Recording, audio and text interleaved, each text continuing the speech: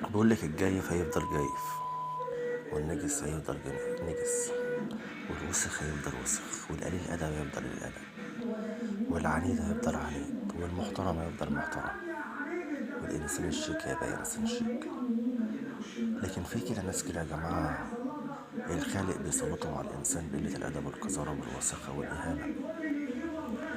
ومن حقي أنا كإنسان أدافع. لما يطلع رب الخلق قليل الأدب مش محترم دموي همجي عنصري ممل داعشي إرهابي، يبقى أنا هطلع نضيف لمين؟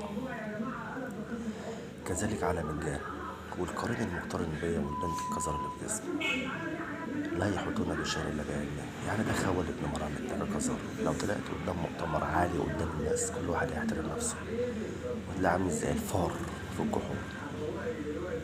وكلامي حقيقة مش كذب. قص أمك يا رب.